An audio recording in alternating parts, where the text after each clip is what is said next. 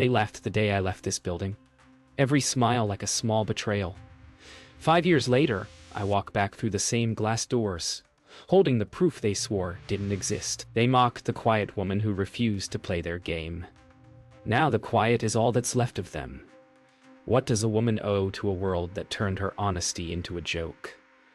How long can truth wait before it starts to rot? If dignity costs you everything, is it still worth paying for? And when the laughter dies, who answers for the silence it leaves behind? The lobby smells the same. Cold marble, ambition and perfume that never belonged to me. Their portraits still hang on the wall, frozen smiles guarding secrets. My heels echo like a countdown. I came back to finish something they thought was buried. They thought my silence was surrender. It wasn't. It was strategy.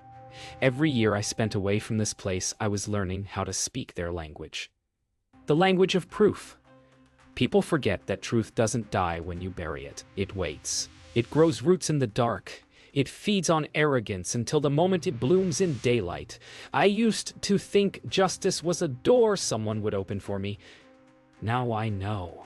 It's a door I had to break myself. The air in this room used to feel like belonging.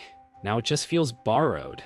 I remember the laughter, the half-sincere toasts, the glass clinking over deals signed in other people's pain. Marcus once told me, "You're too honest for this world."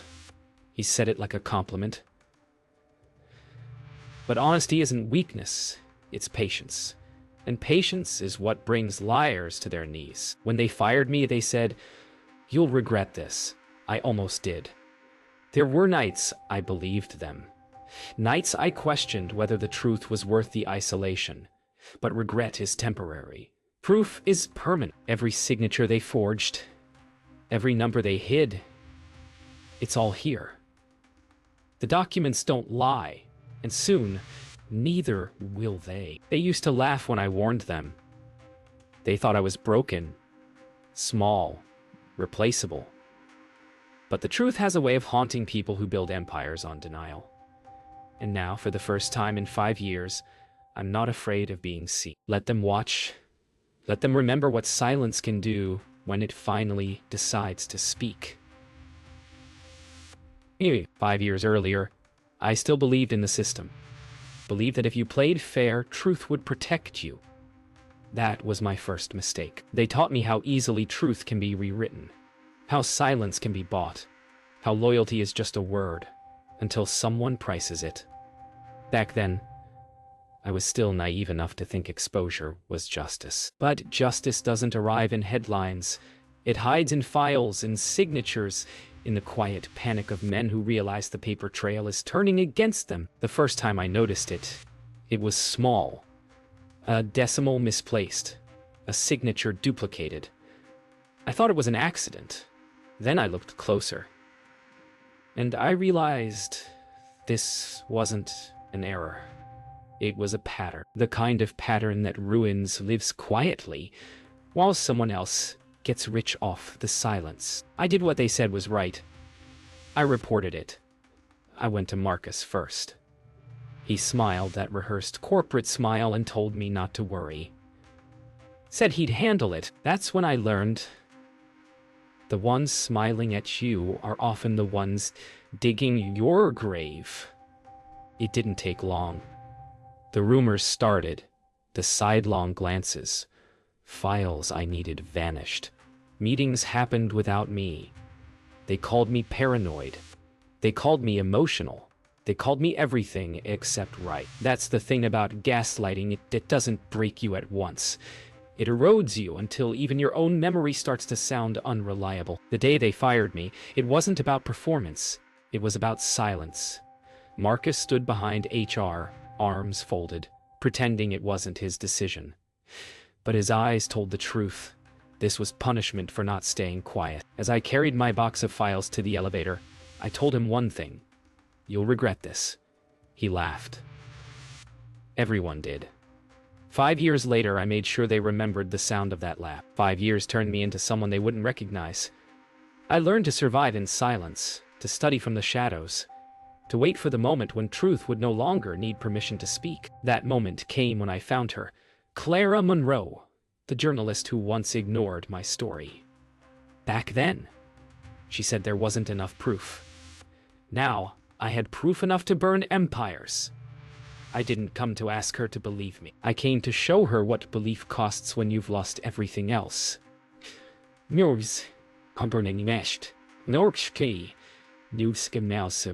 Clara looked at me like she was seeing a ghost. She remembered my face, but not the silence it carried. I didn't waste words. I placed the documents in front of her. I watched her eyes move from page to page. Contracts, transfers, emails, all of it signed by men she'd once interviewed and trusted. She whispered, "My God, Elena, why come to me?" I said, "Because last time you didn't listen, and this time the world will. Every secret has a sound when it cracks."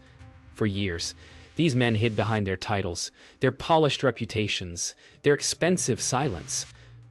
But paper doesn't forget. Clara saw what I saw. The proof of manipulation, money laundering, falsified audits. And for the first time, she didn't look like a journalist. She looked like someone who understood what it meant to lose faith. The deeper we dug, the darker it became. Every document led to another name, another deal, another lie built to protect the ones at the top. I could see Clara struggling. The journalist in her wanted the truth, but the survivor in her knew what it would cost. I told her, "You don't have to save me. Just save the story." By the time the first leak hit the news, it was too late to stop it. Anonymous uploads, encrypted files, digital breadcrumbs, each one pointing back to the same people who laughed at me 5 years ago. Clara told me she'd never seen a story spread this fast. I told her, that's because truth is contagious. Once someone sees it, they can't unsee it, and for the first time since this began, I didn't feel alone. Truth doesn't destroy people. It exposes what was already broken. The morning after the story broke, the firm moved fast. Denial statements, lawyers. They called me unstable, vindictive, obsessed. The same script every guilty man rehearses, but for every lie they posted, there was a document waiting to answer it. I didn't shout. I didn't argue. I just kept releasing what they buried. And with each page, the laughter got quieter. They said I forged everything. That I was bitter. That this was revenge. But truth doesn't care what they call it. It just exists. And guilt has a scent. You can smell it even through a screen. The world was watching now, and for the first time, so were the people who used to turn away. He cursed me. Clara called me that night. Her voice shook. She said the firm was threatening legal action. I told her I'd expected that. They were built on intimidation. It's all they know. But fear loses its power once you've lived through worse. I already lost everything once. What else could they take now? David Cross finally spoke. One of those carefully worded interviews where lies wear expensive suits. He said I was disgruntled. Said the documents were misinterpreted. He smiled like a man certain of immunity. But even the strongest armor rusts when it meets truth soaked in time. By the end of that week, I stopped reading the headlines.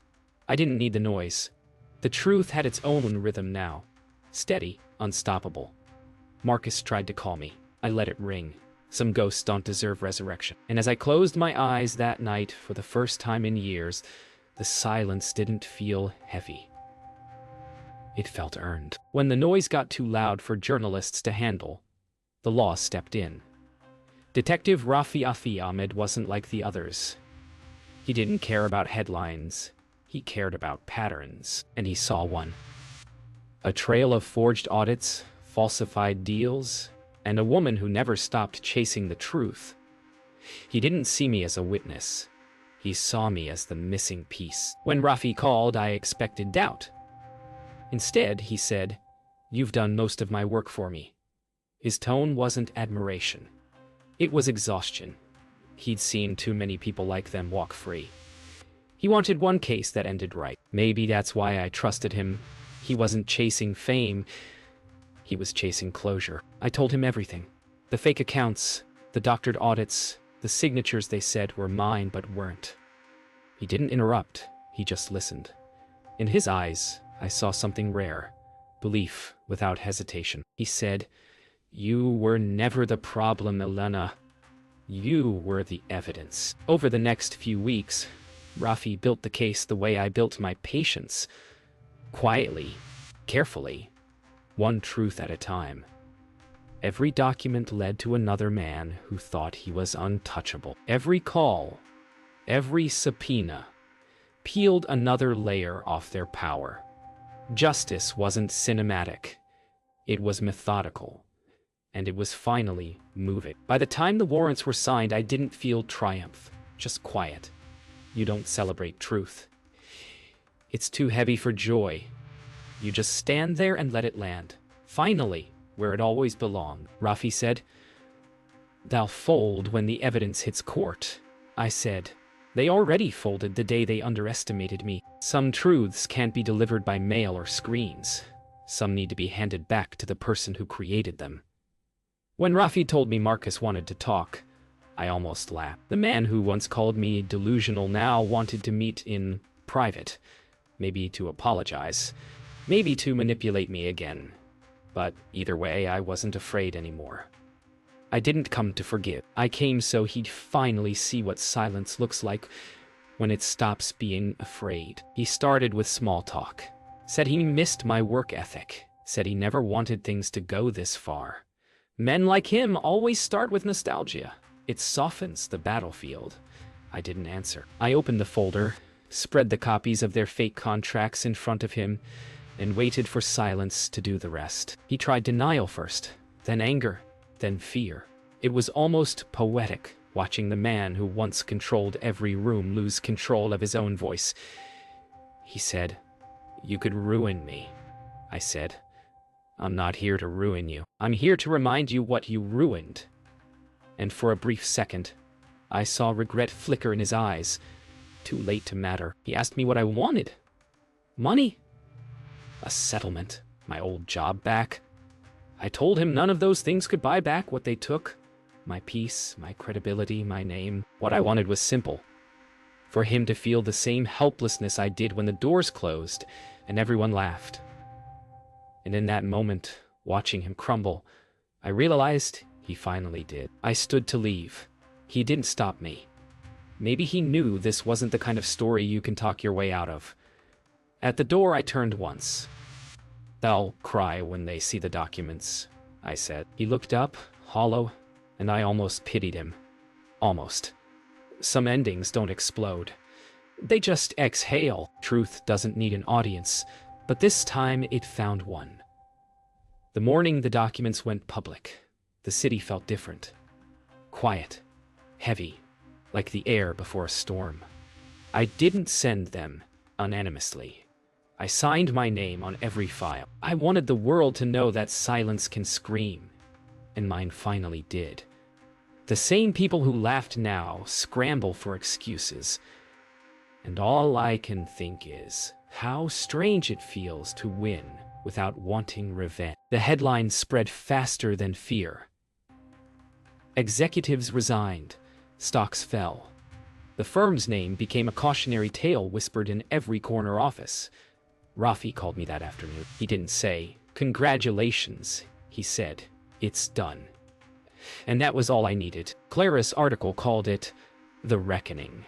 She wrote about the woman who was silenced, the men who conspired, the paper trail that refused to stay buried. But what stayed with me wasn't the attention.